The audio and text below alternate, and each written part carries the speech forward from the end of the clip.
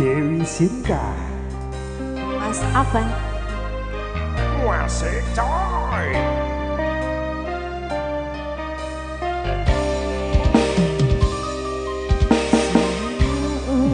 Mbak sekoro laut kidul, iling sing biyen tak rangkul, ngucapke janji urip tekani pati, tapi mesti mbok bencani.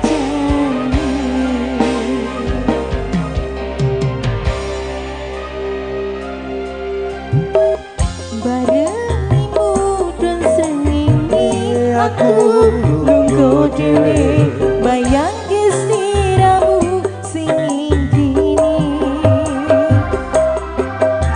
Saksine pasir sing kasar, biyen nantang berlayar, saiki mboten wonten kabar.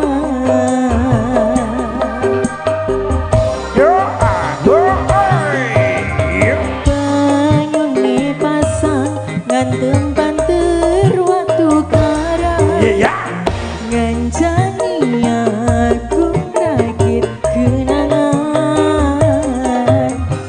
Aku ngakoni sawise mbok tinggal wingi, donyaku rasane sepi. Lamun ku mikir lungguh ning pinggir pesisir, sing biyen dadi sandaran terakhir. Yen ana waktu sedelo pengin ketemu, kangen aku.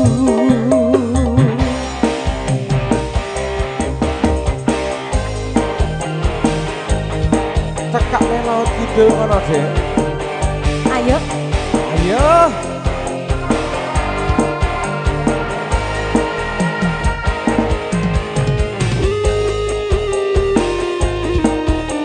Mas Sony lagi.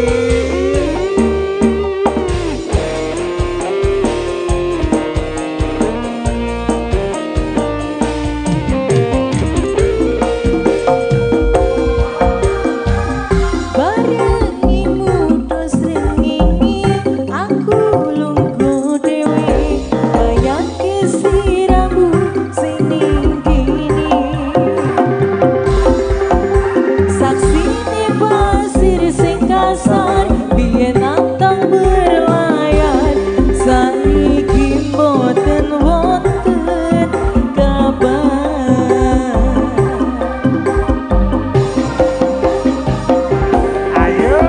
Banyune pasang ngantem banter waktu karang, ngancani aku rakit kenangan. Aku ngakoni sawise mbok tinggal wingi, donyaku rasane sepi.